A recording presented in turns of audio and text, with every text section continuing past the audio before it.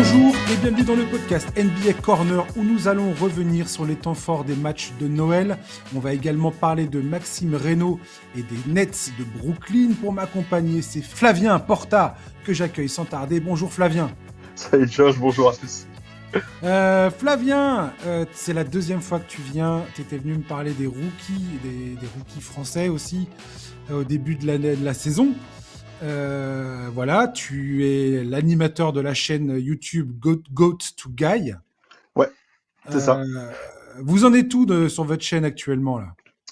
J'ai vu que vous avez fait pas mal de petits portraits de jeunes espoirs et ainsi de suite. Ouais, bah écoute, on a un documentaire qui est sorti cet été et là on a repris du coup cette saison avec des portraits, on entre un peu dans la vie des jeunes en centre de formation en France, donc notamment à Nanterre, à Monaco. Là, on va faire une vidéo avec un jeune de Nantes qui va sortir là à la fin de la semaine, au moment où on tourne. Donc voilà, on est sur YouTube, on est là-dessus et on travaille aussi un peu en sous-marin, on va dire, pour essayer de produire des contenus un peu plus longs et un peu plus intéressants sur des jeunes qui seront peut-être amenés à être décortiqués dans ce podcast dans quelques saisons. Yes. Et je voulais savoir, Flavien, est-ce qu'il vous est arrivé, je sais pas combien vous êtes d'ailleurs chez GoToGuy, vous êtes une équipe de combien? Il y a toi et il y a qui? Maintenant, on est 5. On est 5. Cinq. Ouais, on est 5. On est 5 maintenant. On a développé un peu l'équipe pour essayer d'avoir des forces sur plein de thématiques, pas uniquement. Alors, tu nous connais sur YouTube, mais on est vraiment plus présent sur Instagram. C'est là que notre plateforme est la plus forte. Voilà, et on a beaucoup avancé sur TikTok également. Enfin, la vie d'un média qui se crée et qui se développe, quoi. Ouais, c'est mortel. Et ça vous arrive d'être en contact avec des scouts NBA ou pas pendant vos voyages, vos rencontres et ainsi de suite? Ouais, alors ça arrive surtout sur les voyages internationaux. Il y a le Relique Junior, il y a quatre étapes dans la saison, donc c'est là où on va avoir le plus. Non, on a des contacts avec un scout français qui travaille à Portland et qui est le scout chef à Portland là-bas, donc c'est vraiment un super contact avec qui on peut échanger et qui est hyper intéressant de par son métier, mais aussi la lecture des joueurs qu'il peut avoir et qui peut parfois être différente que nous on a. Voilà, et on travaille aussi avec des scouts beaucoup de Français, que ce soit des scouts ou des entraîneurs qui sont en NCF. Beaucoup de Français maintenant qui ont fait le saut vers les États-Unis dans le championnat universitaire. D'accord. Ouais. Ça doit être hyper enrichissant effectivement comme tu dis, d'avoir des points de vue différents. Et voir un petit peu ce sur quoi eux se concentrent en fait. Nous, on peut avoir une vision, une idée qui est pas forcément proche de ce qu'est la réalité pour eux en fait. Carrément, exactement. On va parler de l'actualité, Flavien, si tu veux bien. Il y a notamment ce rapport de Yahoo Sports qui vient de sortir, comme quoi les Hawks seraient chauds bouillants pour réaliser plusieurs opérations d'ici la date limite des transferts en février. Alors, à commencer, le premier gros dossier, ça va être Trae Young. Puisque depuis qu'il est retourné dans l'effectif des Hawks de retour de blessure, ils ont enchaîné sur 6 défaites consécutives. On voit bien que défensivement, l'équipe ne tient pas avec lui dans l'effectif. C'était beaucoup, beaucoup plus probant avec Nickeil Alexander-Walker et ça a un peu tout déréglé défensivement. Donc c'est pas étonnant de voir Atlanta quelque part décider de se séparer de Trae Young. Éventuellement, ils n'avaient pas proposé non plus d'extension de contrat cet été. On en avait parlé dans le podcast. Là, trouver un preneur, ça va pas être facile parce que désormais, les Hawks sont un peu dos au mur. Ils jouent contre la montre. C'est soit Trae Young est agent libre l'été prochain, soit ils arrivent à obtenir une contrepartie. Les autres, aujourd'hui, savent qu'ils sont un peu désespérés. Donc, on va voir comment ça va se passer. On a également appris que Zaccharie Rizaché, que tu connais bien, pourrait également être transféré, potentiellement dans un deal où il y aurait également Kristaps Porzingis.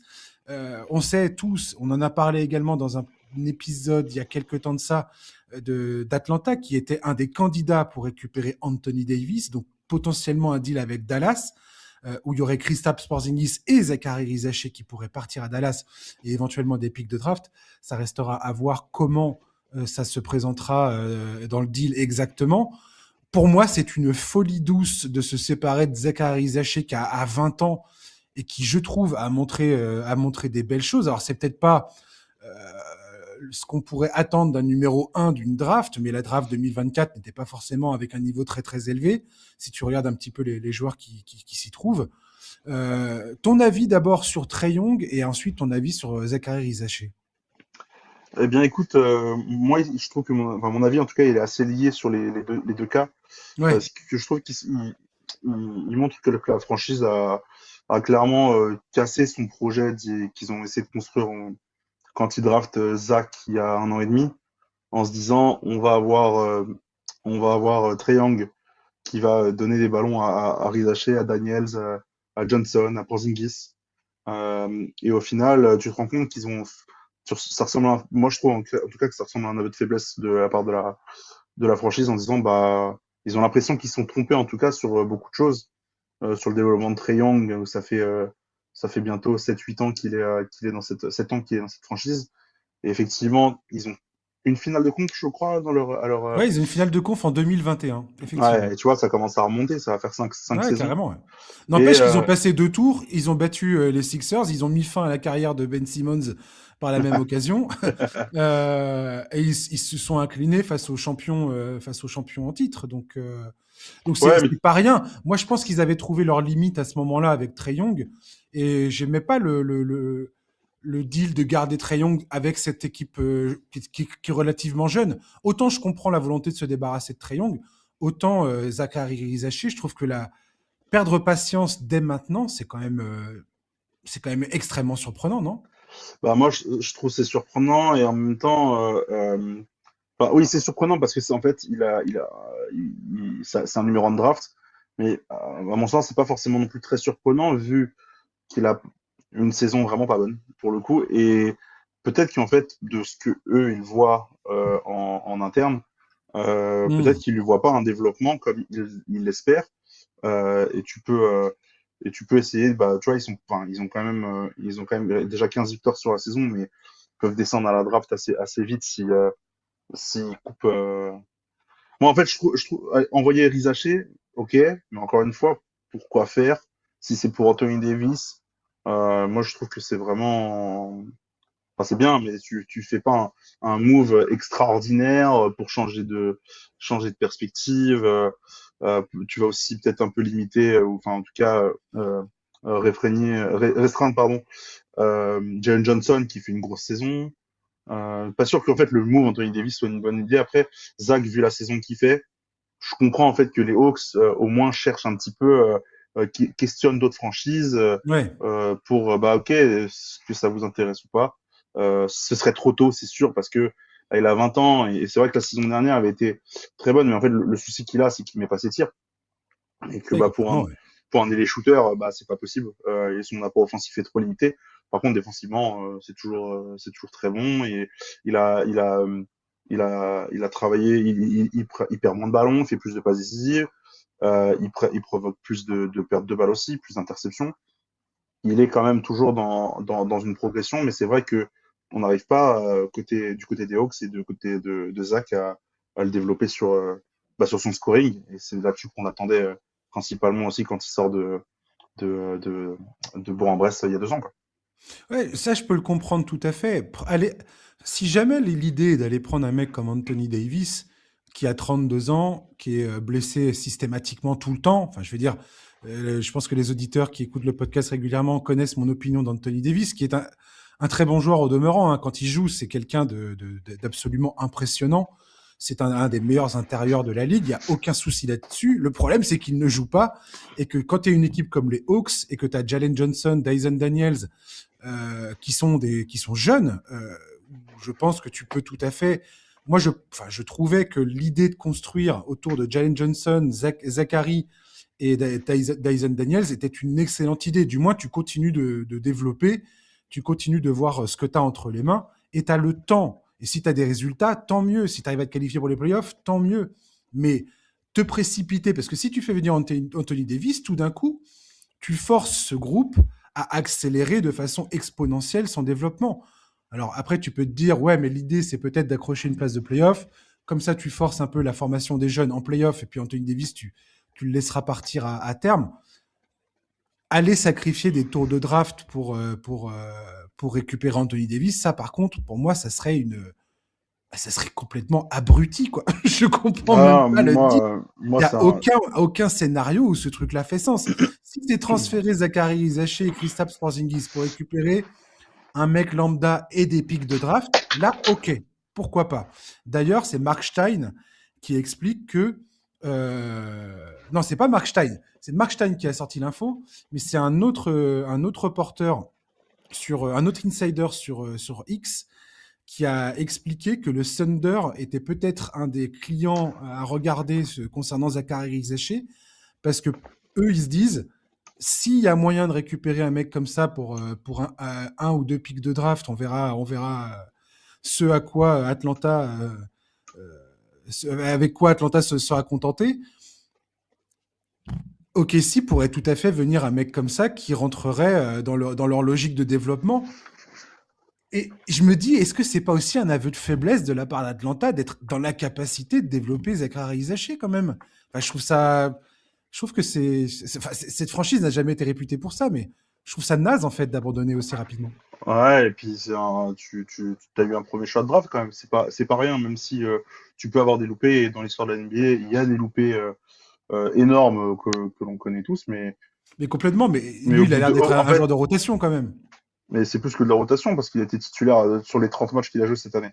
On est d'accord. Donc il est vraiment utilisé et en fait, je pense que dans la théorie, son profil est hyper apprécié la franchise, par le coaching staff, etc. Mais effectivement, sur le terrain, en plus donc des soucis qu'ils ont sur leur star avec Trae Young, restera pas, est-ce qu'on le prolonge, est-ce qu'on le trade?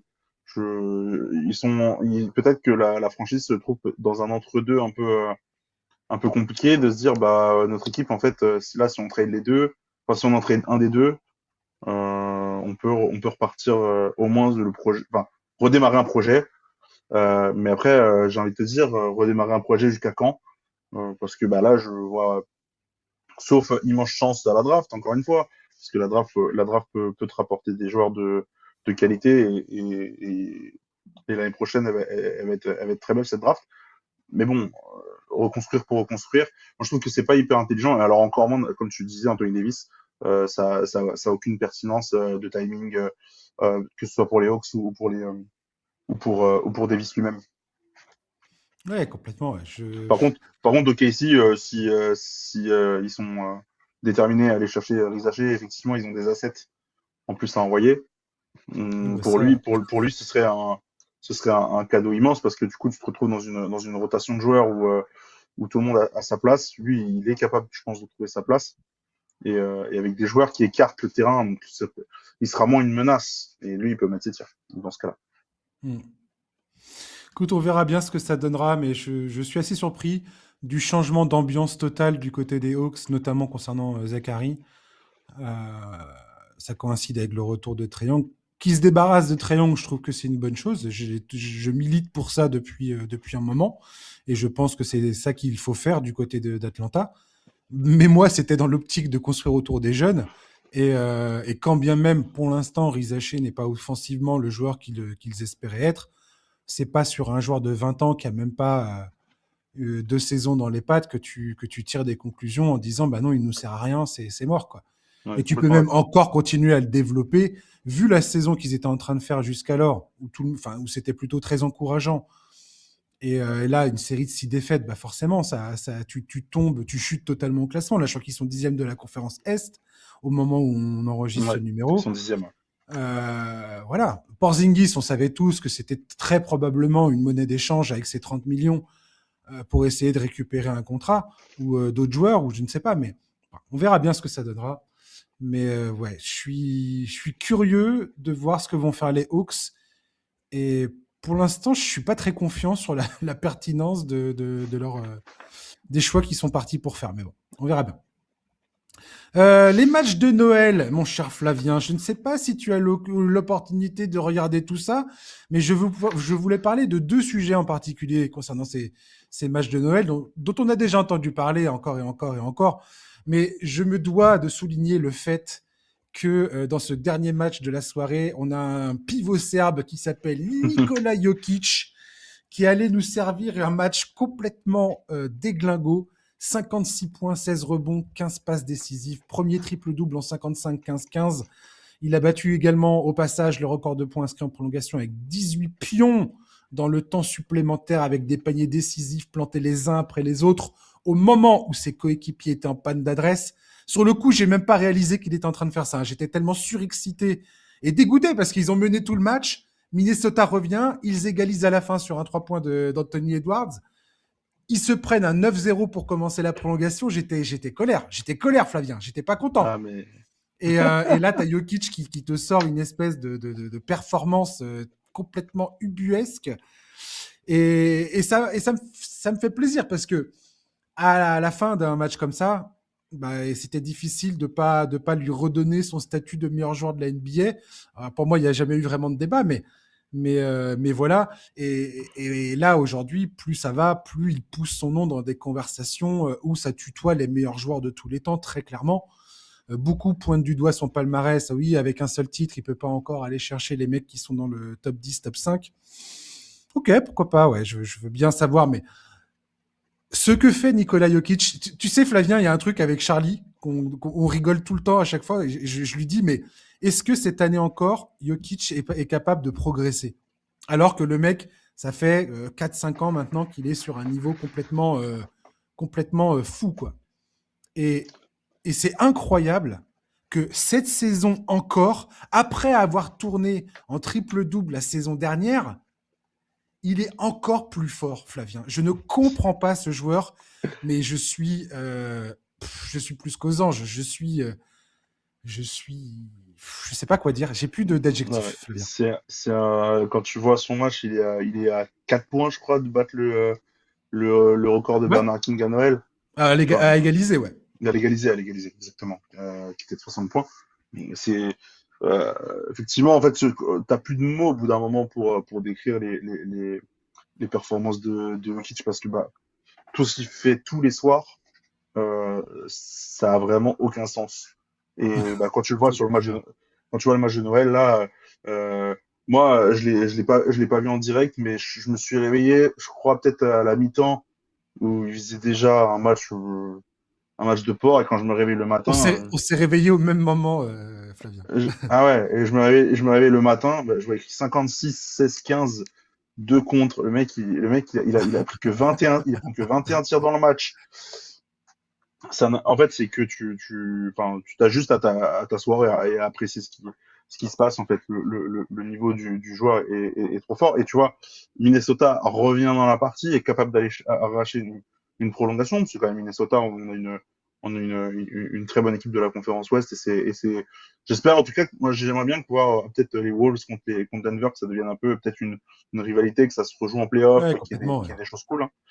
Et même quand même quand il est derrière au score, ou que Minnesota, même en prolongation, du coup, prend l'avantage, et tu as l'impression ils vont finir par prendre ce match, bah, tu as le meilleur joueur de la planète qui juste décide qu'en fait le match il est aux Nuggets. Et là, je trouve en fait que c'est assez exceptionnel il ait ce pouvoir-là, Ouais. parce que ça fait 5 ans qu'il a ce pouvoir-là en vrai, et qu'il décide si son équipe va gagner ou pas, parce que il est aussi fort, il est tellement fort offensivement en fait, c'est ça que tu vois, un garçon comme Jamal Murray est capable de prendre 32 tirs et tu gagnes un match. Ouais, complètement. Ouais. J'ai Tu aimé vois. d'ailleurs la sortie de Peyton Watson dans les vestiaires qui dit j'en ai marre de faire le blasé et de trouver ça normal. C'est pas normal en fait. Ce C'est à pas quoi on normal. assiste, c'est complètement historique. Et c'est vrai Ah que, mais alors, tu sais, des fois je me dis que peut-être moi-même, je suis pas blasé, pas du tout, parce que je mate avec une avidité incroyable la moindre minute de tous ces matchs. Et des fois, je regarde les matchs 2 fois. Le match de Noël, j'ai dû le regarder 3 fois. J'avoue. Mais, euh, mais c'est vrai que, je sais pas, il a presque rendu banal des performances qui n'ont rien de banal, en fait. Où c'est complètement fou. Et je pense que des joueurs beaucoup plus en vue, beaucoup plus populaires à l'échelle international auprès des fans, tout ça. Un mec, je sais pas, hyper populaire te sort un match comme ça en 55, 15-15. Je pense que les gens ils perdent la raison quoi. Les commentateurs américains ils sont là, ils en font des breaking news toutes les 5 minutes. Là, il y en a quand même eu pas mal de. Là, c'était difficile de passer outre. Tu vois, on a entendu Barclay être très élogieux. Il y a énormément de commentateurs américains qui ont été extrêmement élogieux. En même temps, tu peux pas dire le contraire. Je veux dire, le gars, c'est totalement irréel ce qu'il a sorti. Donc, donc voilà. Mais j'ai aimé le fait que Peyton Watson dise, voilà, je suis son coéquipier, je vois ça tous les soirs, mais je peux pas continuer à dire, ouais, c'est Jokic, bien évidemment qu'il est trop fort, bien évidemment, on le sait tous. Merci, au revoir, quoi. J'apprécie le fait que quelqu'un dise, mais attendez, mais regardez ça, quoi. Ouais, surtout, C'est surtout important. quelqu'un qui joue avec lui au quotidien et en fait qui doit, depuis qu'il arrive en NBA, Peyton Watson, il doit péter un plomb en fait à tous les entraînements, à tous les matchs. Ouais, Parce que le gars, parce que c'est le meilleur joueur de son équipe, c'est juste le meilleur joueur de la planète et c'est un des joueurs les plus complets qui ait jamais existé dans ce sport, tout simplement. Et quand tu le vois offensivement, mais enfin, c'est irréel. c'est irréel parce que quand tu vois physiquement son gabarit, sa manière de courir et tout, mais en fait, en fait, il a des yeux partout, il comprend le jeu plus vite que n'importe qui. Et en fait, c'est juste qu'il comprend le jeu et techniquement, il est hyper fort. Bah, Mhm. ça suffit vraiment. Alors il a évidemment la taille qui va pour lui, le physique, etc. Mais il a pas un body NBA, exceptionnel quoi. C'est pas un athlète, enfin c'est un athlète, mais c'est pas athlétiquement, il va pas monter au Tomar pour mettre des posters à tous les matchs, alors que bah tu vois la taille, tu te dis bon, mais c'est juste totalement hors norme en fait tu vois Ouais. ça a longtemps été quand il a commencé à vraiment pousser à être très haut dans les rankings MVP, même aller chercher son titre, ça a été des questions qu'on se pose. Mais ok, il domine, mais bon, il a pas c'est pas un athlète moderne, c'est pas un joueur moderne. Mais c'est un joueur qui sait tellement jouer au basket que ça suffit en fait. J'ai entendu un commentaire. C'est très marrant que tu dises ça. Parce que tu as un commentateur, je sais plus qui c'était, qui expliquait que Jokic est une superstar intemporelle. Ah ouais. C'est-à-dire que son jeu, à n'importe quelle époque, à n'importe quel moment de la NBA, n'importe quel style, n'importe quel arbitrage, n'importe quelle façon de jouer, Jokic, son jeu s'adapterait parfaitement à n'importe quel style. Et j'ai trouvé que c'était un des plus beaux compliments qu'on pouvait faire à un mec comme ça. Bah, tu ne trouves pas de défaut, quasiment pas, quasiment pas. Mm. À la défense, si on a envie d'aller chercher les petites bêtes, etc. Oui, Mais encore, dans un schéma collectif bien bâti, il est capable de ne pas être un minus. Enfin, je veux dire, je veux bien croire à un moment que toutes les stats avancées ne sont pas, parce qu'il est à ce point exceptionnel offensivement, le différentiel entre l'attaque et la défense lui rend peut-être transcrit mal ses limitations défensives. Et moi-même, je suis le premier à dire, c'est pas un défenseur de cercle. Dans la raquette, il se fait scorer dessus, il n'y a pas de problème. Mais il y a d'autres choses qu'il fait extrêmement bien, notamment en termes de placement, en termes d'anticipation, en termes de compréhension de où les ballons vont aller. Et tu vois bien, il suffit d'écouter d'ailleurs tous ses adversaires qui expliquent que sur le terrain, quand ils sont en défense, Hartenstein a dit ça quand ils ont joué avec OKC en demi-finale de conférence. Les Wolves ont déjà dit ça, Anthony Edwards et Rudy Gobert ont déjà expliqué ça également. Vous pouvez trouver les enregistrements sur Internet, où ils expliquent que Jokic est en train de décrire à ses coéquipiers ce que l'équipe va jouer comme plan de jeu, la stratégie qui est en train de se jouer. Il dit, ils vont mettre la balle là, ils vont passer à tel joueur, il va se passer ci, il va se passer ça, donc pensez à switcher là, pensez à faire ci, pensez à faire ça, et s'il bouge par là, il faudra faire ci, il faudra faire ça. Et les gars, ils se regardent, ils se disent, mais putain, mais le mec, il connaît notre plan, notre stratégie sur le bout des doigts. ouais. Alors qu'on n'a rien dit, il connaît tout. C'est que Donc, c'est un joueur fabuleux. oui, c'est un ordinateur, le gars. Ah ouais. Enfin bref, je suis tellement fan absolu de ce joueur. C'est voilà. Oui, je suis un fanboy. Oui, vous pouvez le dire et vous pouvez me critiquer pour ça. Il y a aucun problème. Pour l'instant, l'histoire me donne raison. Heureusement. Non, non, mais c'est vraiment magnifique. de regarder ce mec jouer au basket.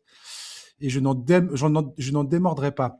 L'autre choc de Noël, la surprise du chef de Noël, c'est définitivement la 3e victoire des Spurs sur le Thunder en l'espace d'une dizaine de jours.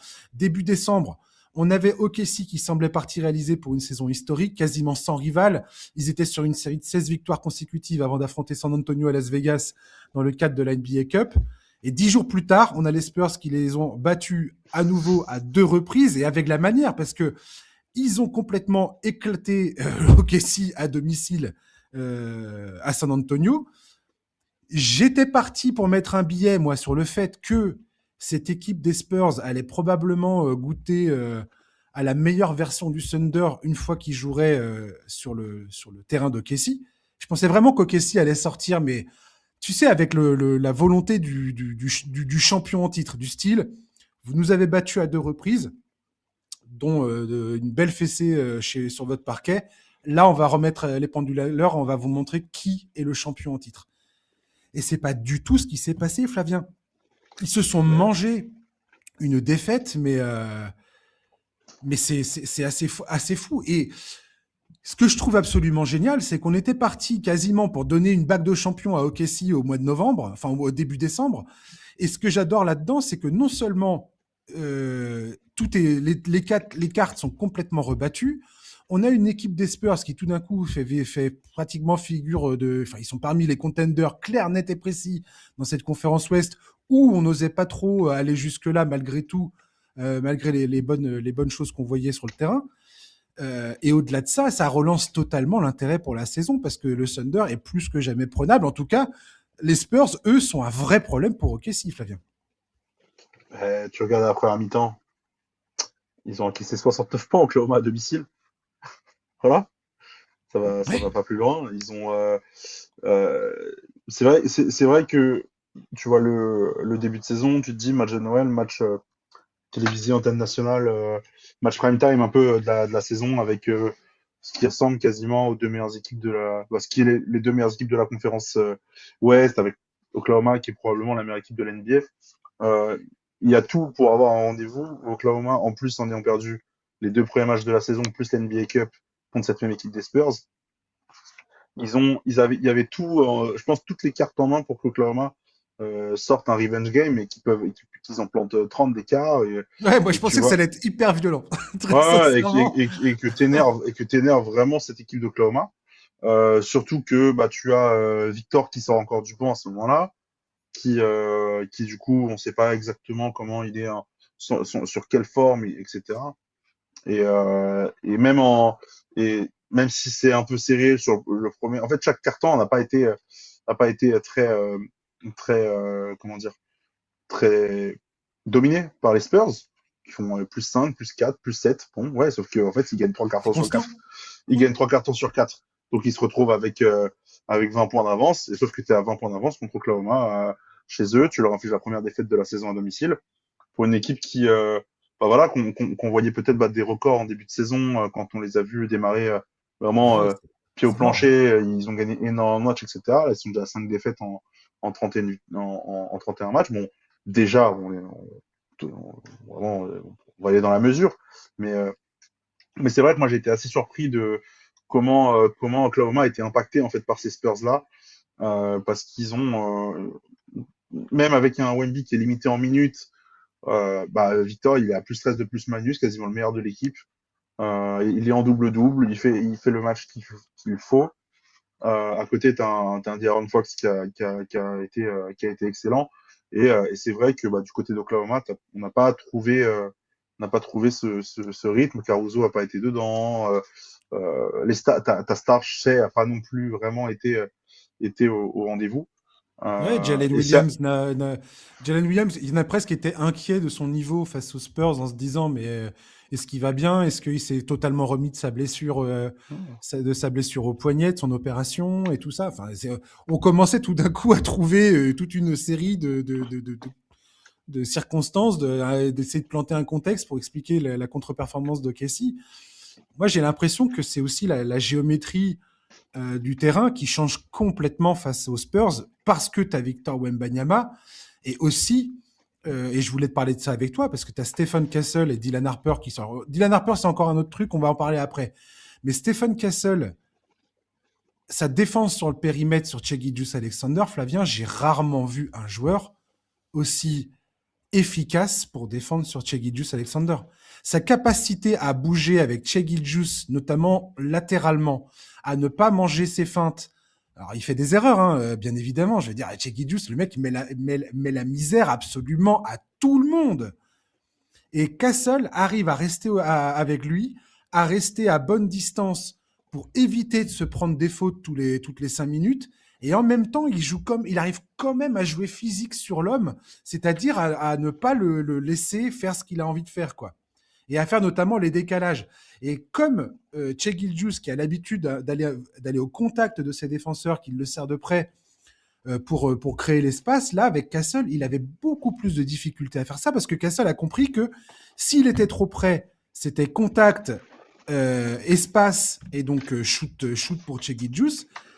Là, tu voyais qu'il restait à bonne distance, mais il est tellement rapide, athlétique, il saute tellement haut, il se déplace tellement vite qu'il arrive à compenser avec ses capacités athlétiques. Et je suis épaté par la défense de ce gars-là. Et je terminerai en disant que lui et Wembanyama, quand ils sont tous les deux sur le terrain, ils ont un rating défensif qui est à 102,9, qui serait de très loin la meilleure défense de toute la NBA.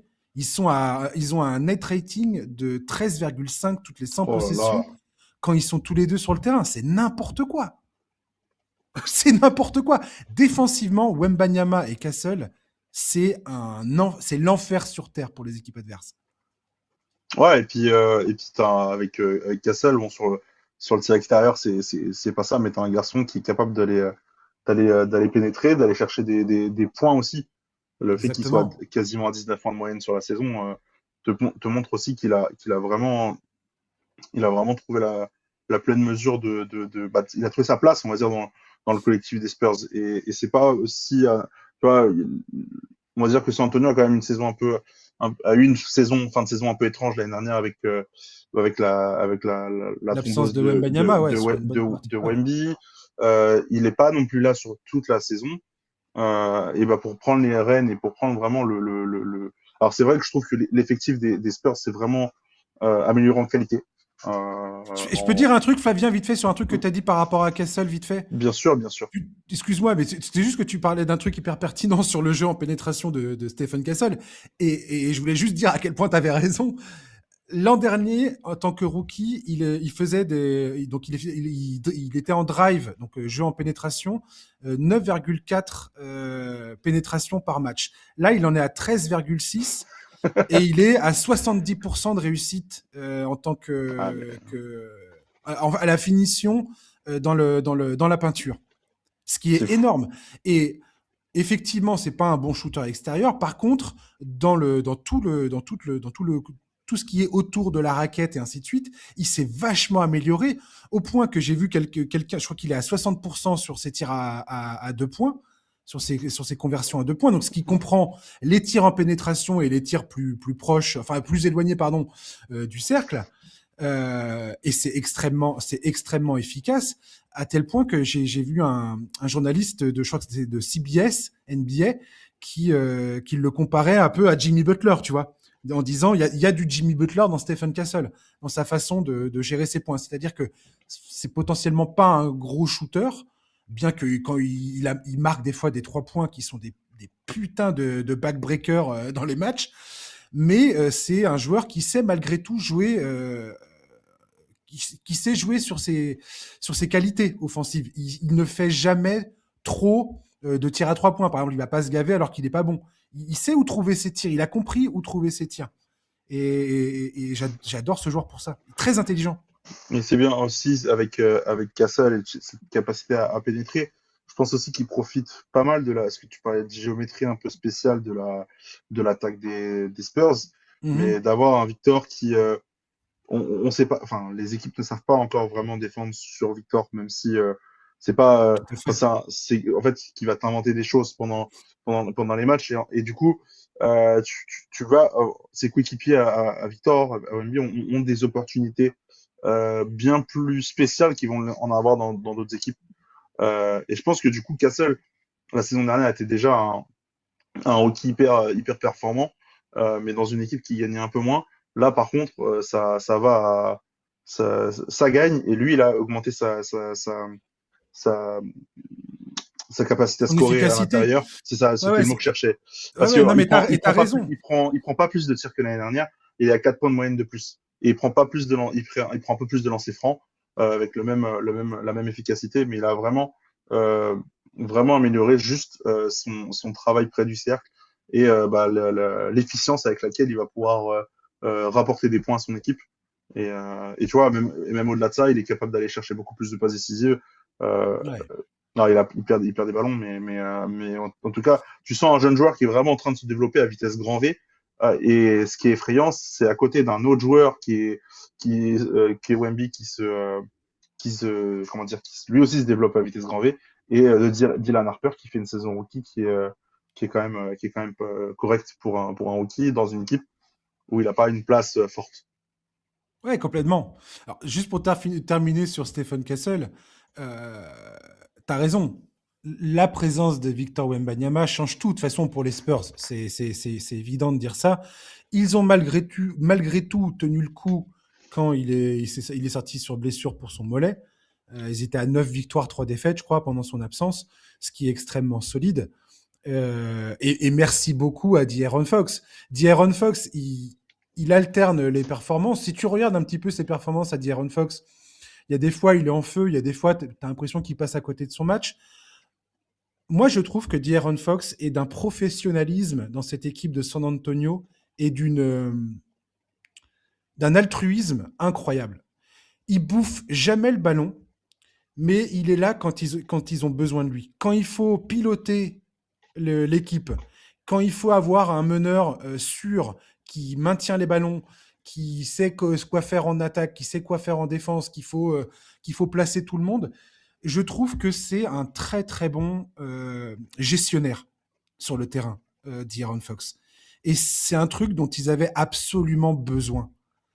Et je suis ravi qu'il soit là, et je maintiens le fait que malgré le fait qu'on puisse penser qu'il est beaucoup payé, je trouve que c'est un excellent apport pour cette équipe des Spurs. Parce que ça permet à Stephen Castle et à Dylan Harper, dont on va parler donc lui il a été sélectionné en deuxième position de la draft. Il montre cette maturité sur le terrain. On voit que sa lecture du jeu, elle est elle était très mature.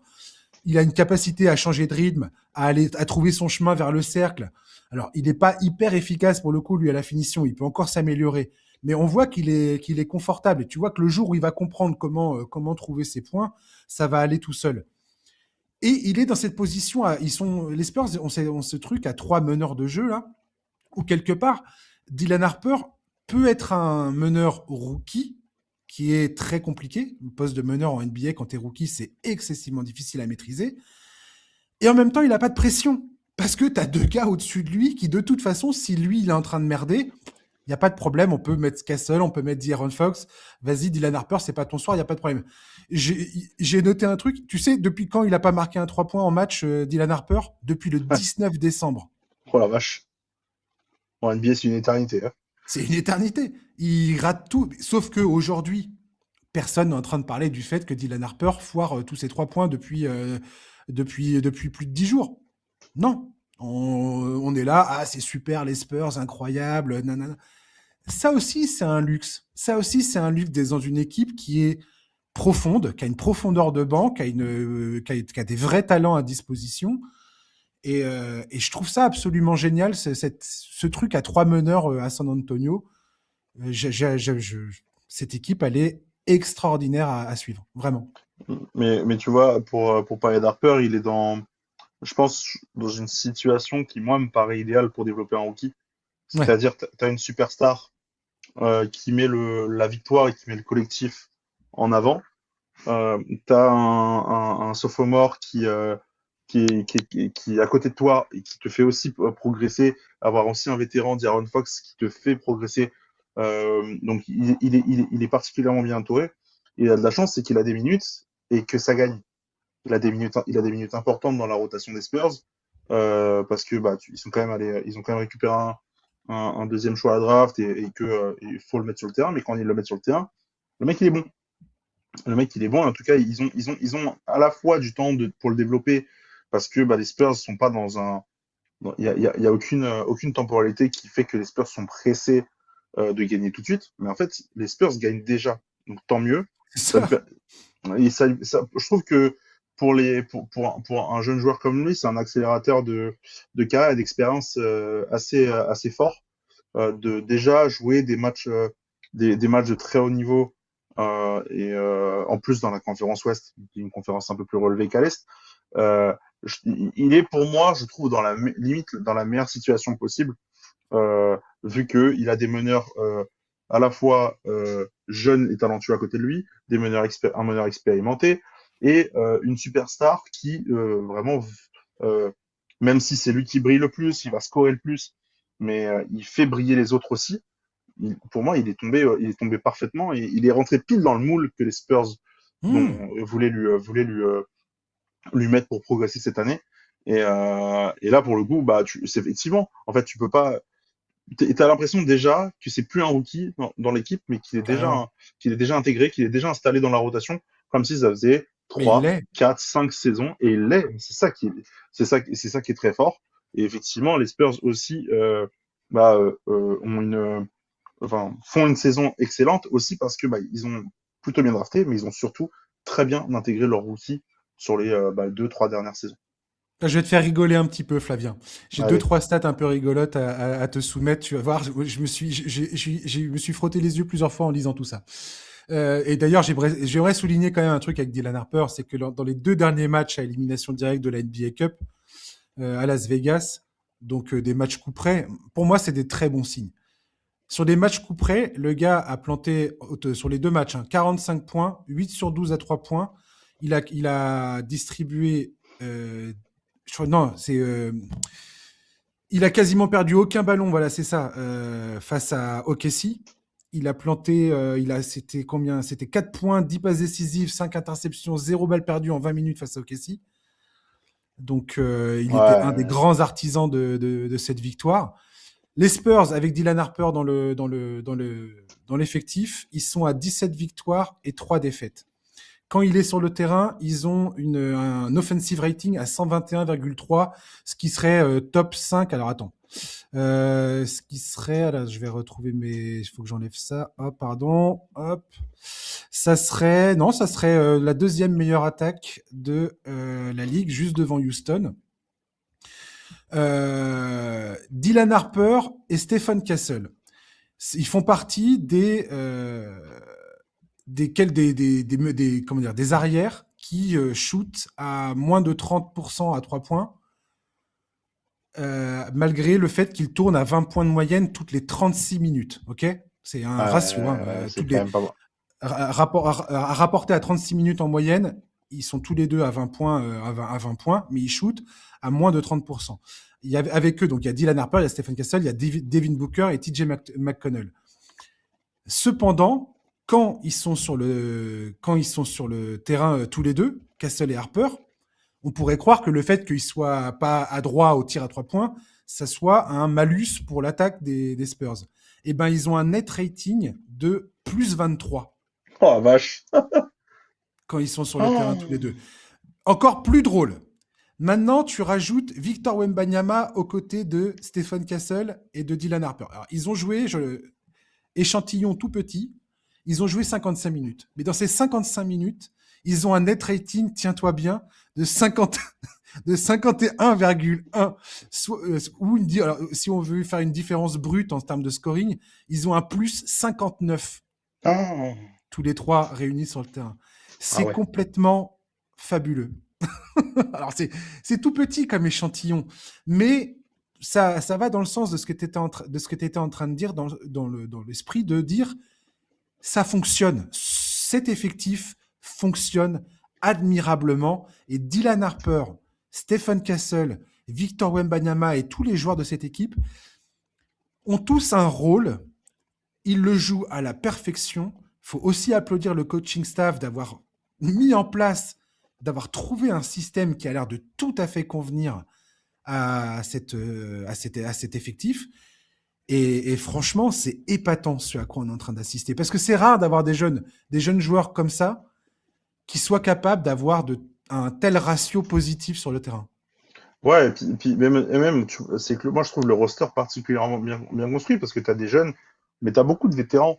Tu as Harrison Barnes, donc on parlait beaucoup de De'Aaron Fox, même tu as même un garçon comme Cornet, comme Jordan Keldon McLaurin, Johnson, putain. qui est La l'unique vache, Keldon ce Johnson. joueur. Oh la vache, qu'est-ce que je l'aime, Keldon Johnson. Et en fait, Ouf. c'est juste qu'ils ont très très bien bossé leur, euh, leur effectif en Ouais. petit à petit en ajoutant des pièces à leur effectif. Et aujourd'hui, même si par exemple Victor Wembanyama il est pas sur le terrain, c'est une équipe qui est chiante à jouer. Et Ouais, donc ça, t'as et c'est Cornet pour moi, et t'as Olynyk qui est un parfait troisième pivot de voilà. rotation, quoi. Bah, c'est trop bien parce que du coup, Bah, c'est génial. tu te permets vraiment d'avoir de la flexibilité sur ta saison. Bah, là, tu vois, ils ont pu manager les minutes de Victor pour son retour. Ils n'ont pas été obligés de le remettre sur le terrain 36 minutes parce qu'il fallait absolument gagner les matchs. Non, l'équipe, elle a été capable de faire le travail. Et du coup, il a un retour sur le terrain qui a été progressif et bien maîtrisé. Et ça va lui permettre, quand il sera revenu à 100%, je ne sais pas s'il l'est encore vraiment totalement, mais quand il sera titulaire, celui-là, il est revenu titulaire, je crois, l'année d'avant, mais 32 points. Mais quand J'avais presque une préférence de le voir sortir du banc. J'ai l'impression que c'était absolument létal comme truc. Victor ah qui bah, sort du banc. s'il Sixième homme sort de l'année. il sort du banc, il se retrouve face à des mecs, face C'est à des sûr, ouais. remplaçants NBA. Il J'adore. il va jouer 20 minutes, il va en mettre 35. J'adore. Ah, ah, J'adore. incroyable. J'adore. J'adore comment ils se sont dépatouillés de cette situation. C'était trop bien. Mais ouais, génial cette équipe des Spurs. Franchement, je suis fasciné. Un dernier mot sur les Spurs ou on passe à la suite? Non, on peut avancer tranquillement. Let's go. Maxime Reynaud, notre pivot national qui joue au Sacramento Kings, sélectionné en 42e position lors de la dernière draft. Eh ben, on peut dire que Maxime, il a su saisir l'opportunité, hein. Il y a Domantas Sabonis qui est blessé, Drew Eubanks qui s'est blessé. Et puis bah lui, il a pris le flambeau, il a trouvé des minutes, il a su trouver son jeu. Là, sur les 5 derniers matchs, Maxime, il est à plus de 17 points, 10 rebonds, 53% de réussite au tir, quasiment 85% lancé franc. Euh, Si tu vas sur le site des fans des Kings américains, ils sont totalement in love avec Maxime Reynaud. Ils sont complètement fous d'avoir mis la main sur ce gars-là sur un second tour de draft, 42e choix.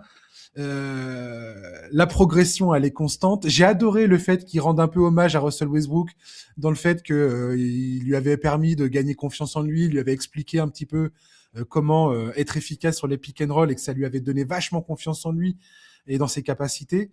Et j'ai trouvé ça absolument génial comme confession. Là, il fait la tournée des popotes, des médias français et tout ça.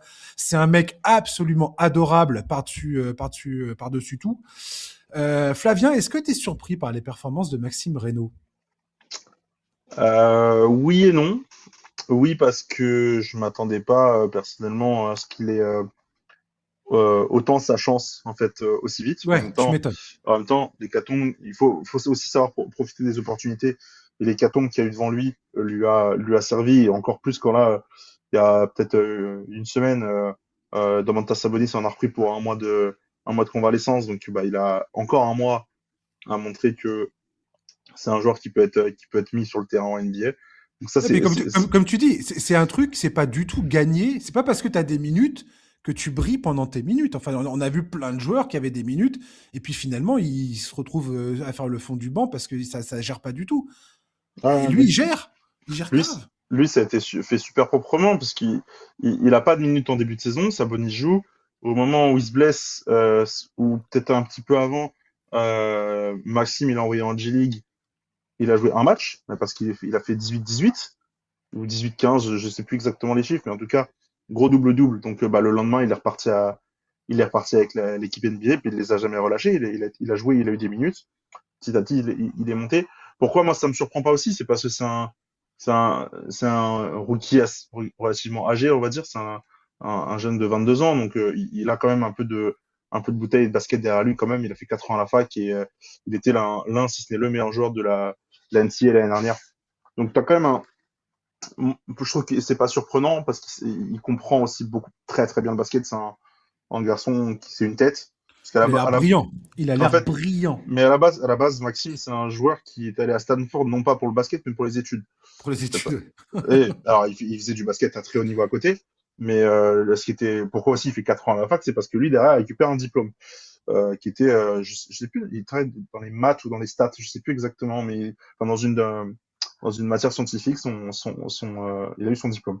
Euh, donc c'est un garçon brillant et effectivement ce que tu soulignes avec Russell Westbrook, pardon, c'est pas facile ce soir de le dire son nom. Non, ce que tu soulignes avec Russell West, c'est que c'est qu'il a eu aussi une intégration facilitée par ses vétérans. Et il y a des images de match où parfois c'est Westbrook qui va lui faire 6 passes D dans le match.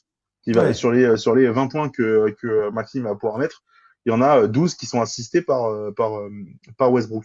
Donc il est tombé dans une situation un peu particulière de bah je joue en NBA dans une équipe qui fait que perdre. C'était pas forcément prévu qu'il gagne beaucoup de matchs, mais pas non plus pas autant de défaites à ce point. Par contre, bah, du coup, il a des minutes. Et comme tu dis, on lui a pas offert des minutes, il allait gagner des minutes. Et aujourd'hui, maintenant, il est là, en tout cas, les semaines récentes, là, il est vraiment presque le deuxième, troisième, quatrième meilleur joueur de l'équipe, alors que bah, je pense qu'il l'avait quand même dans les plans parce ils ont signé un contrat de plusieurs saisons avec lui, mais tu dis pas que Maxime, là, il va tourner avec des moyennes comme on peut le voir actuellement. Franchement, à la fois très surpris de sa productivité et à quel point il est capable de le faire tous les soirs, parce que c'est quand même un rookie, mais en même temps, je trouve qu'il a vraiment beaucoup de talent, ce gamin. Peut-être que défensivement, ce serait peut-être le hic. Moi, je mettrais un point là-dessus, où tu sens quand même que c'est très difficile pour lui de défendre en NBA. Encore pour Ouais. l'instant, il est pas encore prêt, mais tout Il le, fait beaucoup de fautes. il fait beaucoup de fautes. C'est son gros problème et il est pas forcément très dissuasif pour Mm. l'instant. Il perd des ballons, des fois. Alors après, je suis pas surpris Mais non en même plus, temps, quoi, mais mais en même temps, c'est un rookie et dans une équipe qui perd, moi, perd des ballons. Enfin, fais-toi les dents dans une équipe NBA, découvre ce que c'est que le très haut niveau de cette ligue. Tu vas défendre contre les meilleurs pivots de la planète. Mon gars, faut y aller. Et il a ouais. totalement raison de saisir sa chance. Il va faire des erreurs, ce qui est normal. Par contre, là, ce qui est vraiment intéressant, c'est qu'il fait beaucoup moins d'erreurs qu'il ne fait de très bonnes choses. C'est ça. C'est marrant parce que sur le site là, de Fansided là, des Kings, donc c'est des sites qui sont nourris par la communauté de fans qui pilotent le site là. Et, euh, et c'est drôle, enfin c'est drôle. Ils soulignent le fait qu'ils n'ont absolument pas confiance dans le front office des Kings pour développer leurs jeunes talents, parce qu'ils disent, ils nous ont déjà saccagé Keon Ellis et Devin Carter. Et donc là, on a Maxime Reynaud, mais ils ont aussi Nick Clifford qui joue pas mal. Il y a Dylan Cardwell qui était un joueur non drafté qui joue pas mal aussi. Et ils se disent, fait chier, on a, pardon, mais euh, zut, on a trois jeunes joueurs, trois rookies hyper talentueux. Et potentiellement, le front office, il va pas nous les développer comme il faut. On en revient à ce qu'on disait tout à l'heure avec Atlanta. C'est que c'est primordial quand tu supportes une équipe. Essayez, les gars, de supporter une équipe qui s'est développée ses jeunes. Parce que sinon, ça peut vite être un enfer. Parce que justement, tu as des espèces de pépites comme ça qui te tombent dans les bras. Alors, Dieu sait que les Kings, putain, en termes de foirade, de pics de draft, ils ont été extrêmement forts et très inspirés. Hein. Foirer des pics de draft, ils ont su faire les Kings pendant Ouais. des années. Et là, c'est vrai qu'il y a deux, trois trucs un peu cool qui se passent depuis quelques temps. Bon, ils ont niqué la Beam Team, voilà, d'Iron Fox, tout ça c'est fini, ça aura duré une saison. Là, il y a la jeunesse qui est en train de pointer le bout de son nez. Je veux dire, c'est le niveau zéro tu sais, de l'espoir quand tu es un fan, quoi. Fan d'une équipe comme les Kings. qui perd tout le Ah temps. bah, faites d'une équipe qui a vu les playoffs une fois en 30 ans, quoi. Voilà, tu vas voir deux, trois petites pépites Ouais, qui 25 commencent ans. à poindre le bout de leur nez et tu te dis, ah, regardez, il y a une lueur d'espoir. Et j'espère, Ouais, parce ne que serait-ce que, ne serait-ce que si pour on... Maxime Reynaud, j'espère que ça va bien se passer pour lui. Oui, en fait, l'impression que ça donne de la part des Kings, c'est que ils ont pas vraiment fait exprès de le mettre sur le terrain, quoi. C'est que c'était pas forcément voulu. Et C'est ça. ça marche. Ah, ok. Bon bah Drew Banks va aller sur le banc et puis Parce que quand Drew Banks n'était pas blessé, comment il s'appelle? Doug Christie, il il mettait Drew arrêtait pas Banks. de mettre Eubanks à la place de Ah, Maxime. mais tu vois, mais au début, Charlie, il était fou avec ça. il faisait starter Eubanks quand il le faisait starter, mais il le faisait moins jouer que Maxime parce que bah je pense qu'au bout d'un moment le mec se rend bien compte qu'il y en a un qui produit pas assez par rapport à ce qu'on lui donne et que Maxime à côté par rapport à ce qu'il va chercher. Donc Puis ça il faut développer ton joueur. Enfin, je veux dire, c'est. bien sûr, bien sûr. Donc là, enfin une bonne décision. Après, je n'ai aucun doute dans les Sacramento Kings pour faire n'importe quoi sur la suite. Aucun. Peut-être de le trade, hein, tu sais pas, hein, mais Les Kings ont décidé de transférer Maxime Reynaud pour 2 secondes tours de draft protégés. Ouais. Qu'est-ce que c'est que cette connerie? Enfin bref, Maxime, tu nous écoutes pas, mais nous, on te regarde, on pense à toi et on te souhaite le meilleur. Et j'espère vraiment que ça va bien se passer. Pour toi. On va terminer, Flavien, avec les Brooklyn Nets, dont on m'a dit dans l'oreillette que tu suivais un peu les Nets. Je sais pas pourquoi tu aimes te faire mal comme ça, bah, tu vois, mais je parlais des pourquoi pas. Kings. Mais Voilà, attends, ça mais me retombe attends, mais attends, dessus. mais attends, mais attends. Je pose la question, qui détient la meilleure défense de toute la NBA dans ce mois de décembre? Ce n'est pas le Thunder de Casey, ce n'est pas les Pistons de Détroit, ce ne sont pas les Celtics de Boston, qui sont pourtant sur une pente ascendante un peu incroyable, mais ce sont les Nets de Brooklyn, Flavien. Oui, ces Nets de Brooklyn qui sont en train de gagner. Sur les 10 matchs, ils en ont gagné 7 sur les 10 derniers matchs. Ils sont à 70% de victoire sur le mois de décembre pour l'instant. Ils viennent de battre les Timberwolves à domicile, au point que les Wolves se sont fait huer par leur public. 30 points de Cam Thomas de retour de blessure. Le coach Jordi Fernandez, qui ne cesse de prêcher la défense et le jeu collectif depuis le début de la saison. Tout d'un coup, tu as l'impression que c'est en train de prendre forme sur le terrain. Michael Porter Jr. réalise une saison exemplaire au point que certains critiquent la décision de Denver de s'en séparer. Je tiens à rappeler que Denver s'est séparé de Michael Porter Jr. non pas parce qu'il n'a pas de talent, mais parce qu'il prenait une part de salariale beaucoup trop importante. Et sans ça, ils n'auraient pas pu faire tous les recrutements qu'ils ont fait. Parenthèse fermée. La jeune garde de Brooklyn montre un visage on ne peut plus prometteur ces derniers temps. On a Danny Wolf, Noah Clooney, j'adore ce joueur, Ouais. Egor Demine et même Nolan Traoré qui a pas mal joué face aux Wolves. Alors, il n'a pas eu beaucoup d'opportunités, il a passé du temps en G-League également. Mais franchement, Flavien, il y a un très très bon passage à Brooklyn actuellement. Forcément, là, on a entendu dire que Michael Porter était sur le marché des transferts. Il est là pour ça, hein, Michael Porter Jr. Oui. Les Nets, ils sont pas là pour garder Michael Porter Jr. Ils sont là pour le montrer et pour qu'il soit vendu pour des pics de draft. Mais pour l'instant, c'est fun, c'est ultra fun.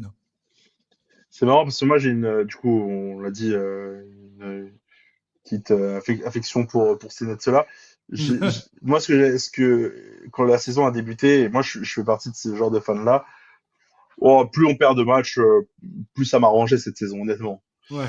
Plus tu perds de matchs, et c'est vrai que là, début de saison, tu démarres en fait un peu comme ce que tu penses, enfin ce que moi je voyais de cette équipe.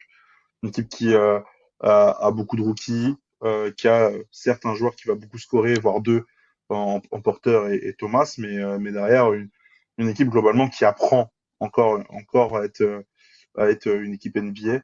Je trouve que le travail du coach depuis qu'il est arrivé à Incroyable. Brooklyn, il est exemplaire, vraiment, vraiment bon. Exemplaire, tout à fait, tout Euh, à fait. Il y a pas, c'est pas une exagération. voilà. Le jeu produit sur le terrain par cette équipe, alors que t'as que des gamins et t'as des pièces rapportées, tout ça. le jeu proposé par les Nets est il y a des phases, mais c'est le match face à Minnesota, mais c'est taré comment ça joue bien, quoi. Moi, bah, c'est un peu différent, mais je trouve je revois des choses du We Go Hard de 2019 avec Caris LeVert, Ouais, D'Angelo Russell, etc. Une équipe, D'Angelo Russell, ouais. l'équipe Jarrett Allen. qui fait, allez, peut-être pas cette saison-là, mais peut-être la saison d'avant, où KD qui arrive à Brooklyn, mais là, tu es en train de peut-être de déjà poser des bases un peu intéressantes. C'est vrai que là, tu as un mois de décembre excellent. Après, je dois dire qu'il faut pas non plus se leurrer beaucoup. C'est une équipe, comme tu le dis, qui n'attend qu'une chose, c'est la deadline pour envoyer Michael Porter Jr. ou vers n'importe quelle équipe qui voudra bien le récupérer presque. Et même Cam Ouais, Thomas en soi, je pense, ne sera plus un joueur des Nets d'ici la fin de la saison, vu il est sous qualifying offer et qu'il n'a ouais. pas prolongé avec les Nets et qu'il partira, quoi qu'il en soit, à la fin de la saison. Donc, Ouais. pour moi, faut pas se leurrer. Cette équipe, elle est dernière. Par contre, ce qui est très bien, enfin, elle est dernière, non, mais elle est dans les pires équipes de l'NBA. Elle va le rester, je pense, jusqu'à la fin de la saison. Par contre, tu as vraiment un travail qui est hyper enrichissant. Et là où moi j'avais un peu peur, c'était sur les rookies des Nets, parce que bah, c'est une stratégie de draft qui me paraissait totalement incohérente et pas justifiée de drafter 5 rookies et de tous les signer en contrat garanti pour les 2 prochaines saisons. Il y a des ratés pour l'instant. Je pense que Nolan Traoré fait partie de cela. Mais mais un garçon comme Danny Wolf, par exemple, s'intègre parfaitement. Et en fait, même un Egor Demin, enfin, trouve un peu de rythme dans cette équipe. Et, euh, et en fait, il suffit que tu aies 2 rookies sur 5 qui soient au niveau pour que ta draft elle soit réussie, quoi. Donc en soi, c'est vrai que pour l'instant, moi, je suis assez surpris positivement de cette équipe des Nets qui arrive à gagner des matchs, qui développe du jeu, qui développe ses jeunes et des joueurs qui sont aussi là en NBA et chez Nets depuis 3 4 saisons. Tu parlais de Noah Clooney notamment. Euh, je trouve que la franchise va dans le bon sens et ça me surprend un peu au vu des mois précédents. Il y a beaucoup de coaching derrière tout ça. On voit bien que les systèmes de jeu mis en place, notamment l'utilisation, j'adore l'utilisation qu'il fait de Nick Claxton, ou même de Deron Sharp. Enfin, le gars a tout d'un coup, enfin, Ouais. je dis pas que tout d'un coup il s'est révélé, mais presque. Enfin, je veux dire, il est en train de montrer un niveau de jeu et des lectures dans ses passes qu'on avait rarement vu auparavant. Il y a un système défensif qui est volontairement autorise le plus de prises de shoot au cercle, mais je crois que c'est la 6e meilleure défense du cercle de la NBA derrière ça. Je crois que c'est l'équipe oui c'est ça, qui autorise le moins de tentatives à 3 points de toute la NBA actuellement. Tu vois le jeu collectif tel qu'il est prôné par Jordi Fernandez, qui a toujours dit, il faut mettre de plus d'énergie, et ça paraît être des discours un peu bateau, ouais, plus d'énergie, il faut jouer avec plus de volonté, tout ça. Mais quand tu vois la spécificité des systèmes qui sont exigés sur le terrain, tu comprends mieux pourquoi. C'est plus d'énergie dans ce qu'on vous demande de faire. Et quand Mhm. il y a cette énergie sur le terrain, tu vois que ça prend, en fait. Tu vois qu'il y a quelque chose qui est en train de se passer. Euh, le jeu de passe, les décalages, la création d'espace, le fait de démarquer les joueurs sur le corner, quand ça fonctionne du côté des Nets, c'est absolument magnifique le jeu qui est proposé. Alors ça marche pas tout le temps, des fois ça cafouille, des fois c'est naze, des fois ça foire totalement. Tu vois bien que il y a des erreurs parce qu'ils sont jeunes, parce que des fois comment dire, les line-up sur le terrain n'ont pas vraiment de sens. Tu vois que Jordi Fernandez, il est encore en train d'essayer de trouver les bonnes combinaisons. Mais il y a quelque chose. J'adore cette phase dans les équipes. Et comme tu l'as très bien dit, là, ce qui est drôle, c'est qu'on a Michael Porter Jr. et Cam Thomas, pardon, qui sont deux joueurs, deux espèces de lance-flammes offensifs. Il y a une stat qui est très drôle concernant Michael Porter Jr. C'est que quand il est sur le terrain avec les Nets, ils ont un offensive rating de 117,3. Quand il est plus là, ils sont à 105 d'offensive Oh mon rating. Il y Dieu! a un swing de 12 points. C'est l'équivalent pour OKC de la présence ou non sur le parquet de Shai Gilgeous-Alexander. C'est énorme. C'est absolument énorme. Enfin, c'est rare en tout cas les joueurs qui ont autant d'influence sur l'attaque de leur équipe. Et c'est drôle parce que comme tu l'as très bien dit, ces deux joueurs-là n'ont aucune vocation à rester dans cet effectif. Ils vont probablement partir pour des pics de draft, pour des jeunes talents, on verra ce qu'ils vont récupérer dans l'histoire. Ça sera à eux de décider en fonction des offres qui sont sur la table. Mais je trouve ça amusant de voir cette équipe-là. Et je voulais aussi parler des Nets parce que Jordi Fernandez est vraiment en train de faire un boulot extraordinaire dans cette équipe et qu'il y a, je pense, 2-3 jeunes qui méritent qu'on se penche sur leur cas. Vraiment. Ouais, Jordi Fernandez, pour le coup, lui, ça a été. Je trouve même l'année dernière avait déjà envoyé des choses hyper intéressantes avec Brooklyn, mais enfin, généralement on dit ta franchise va dans le bon sens quand tu as un bon propriétaire, ça va de ça, mais un bon staff, front office et un bon entraîneur. Et pour le coup, moi je trouve que, en tout cas sur le front office, je sais pas trop Sean quoi en penser. Marks a plutôt toujours eu bonne réputation.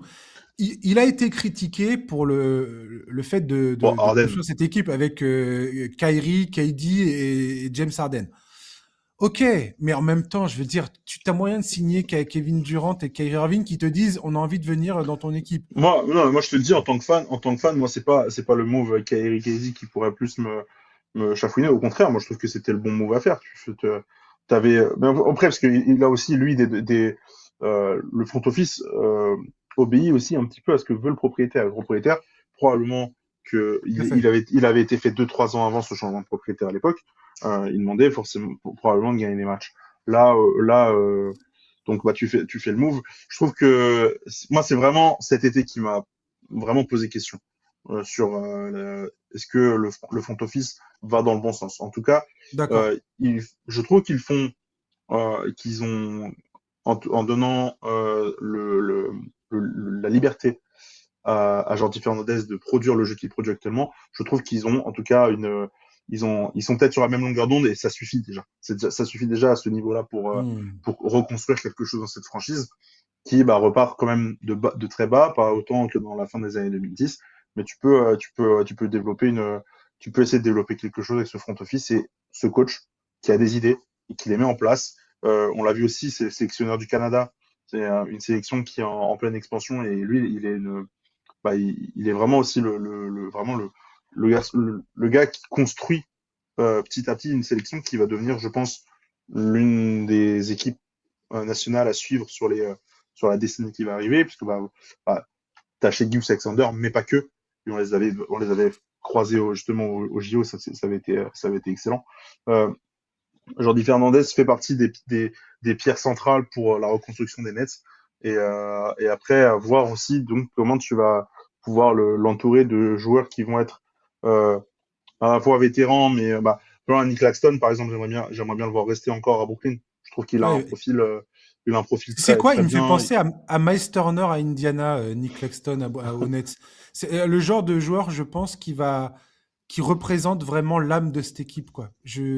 Son jeu en poste haut, là, en tête de Mhm. raquette, comment il est utilisé sur la distribution du ballon, sur les passes lobées, tout ce qu'il offre, même défensivement et tout, sa mobilité, je trouve que c'est un joueur indispensable dans cette équipe. C'est À un plein joueur. de niveaux, sportivement et niveau culture, tu vois. Ouais, c'est représenter la franchise, c'est représenter quelque chose, C'est créer une ça, c'est ça. identité, comme en fait il avait d'ailleurs pris part à l'époque du We Go Hard en 2019 avec les Nets de Kenny Atkinson. Tu vois, je fais le parallèle en fait avec ces deux équipes-là parce que aussi t'as deux entraîneurs qui, on va dire, ont leur vrai premier job en NBA. Alors, Atkinson il y a 7 ans, 8 ans et, Jordi Fernandez aujourd'hui. Et je trouve qu'il y a des similarités dans ce qu'il propose en termes d'idées de jeu et de comment tu travailles avec une équipe qui a moins de talent que les autres, mais comment tu fais pour quand même essayer d'aller gratter des matchs et faire en sorte que le public qui vient payer son billet au Barclays Center, il kiffe quand même venir voir jouer cette équipe, même si elle perd. Ouais, Et ça, c'est ouais, important. carrément. Ouais, carrément. Ouais. Je suis tout à fait d'accord. En NBA, je dis toujours, il y a plusieurs lectures, il y a plusieurs types d'équipes. Et on peut être une équipe comme les Nets, perdre des matchs, mais c'est pas obligé d'être la purge pas possible, tu vois. Si tu perds Ça, bien, c'est mieux de perdre ouais, avec les honneurs, parce que ça montre que tu travailles. Et encore une fois, tu regardes la qualité de l'effectif, c'est pas un effectif qui fait rêver qui que ce soit, hein. Par contre, bah, sur le terrain, les mecs, ils se la donnent et c'est déjà une chance, on va dire, pour une équipe mauvaise, parce que bah, des équipes mauvaises qui produisent rien, bah, il y en a un paquet en NBA quand même. ouais. Carrément, ça sera le mot de la fin. Merci Flavien de m'avoir accompagné dans ce podcast. C'était vraiment cool de parler avec Et, toi. et bah, avec plaisir, merci beaucoup pour l'invitation. Ouais, c'était top. Et puis je rappelle aux auditeurs, Go2Guy, donc sur Instagram, sur YouTube, pour suivre un petit peu les jeunes talents français, internationaux aussi. Vous faites les profils, c'est majoritairement français? C'est uniquement français ou alors on va avoir Ouais. des internationaux mais qui sont formés en France qu'on va Ok. aussi avec qui on va pouvoir bah, avoir du lien en fait, faire un truc intéressant tout simplement. Ouais, ouais, tout Donc à fait. voilà. Donc voilà, rendez-vous sur Go2Guy pour suivre vos travaux. Bravo à vous en tout cas, Merci beaucoup. c'est cool ce que vous faites. Et puis, bah, chers auditeurs, merci de nous avoir écoutés. On se retrouve vendredi pour un nouveau numéro avec Charlie qui sera de retour. D'ici là, je vous souhaite de passer une bonne journée et une bonne reste de semaine. Et je vous dis à vendredi. À ciao. Bye bye.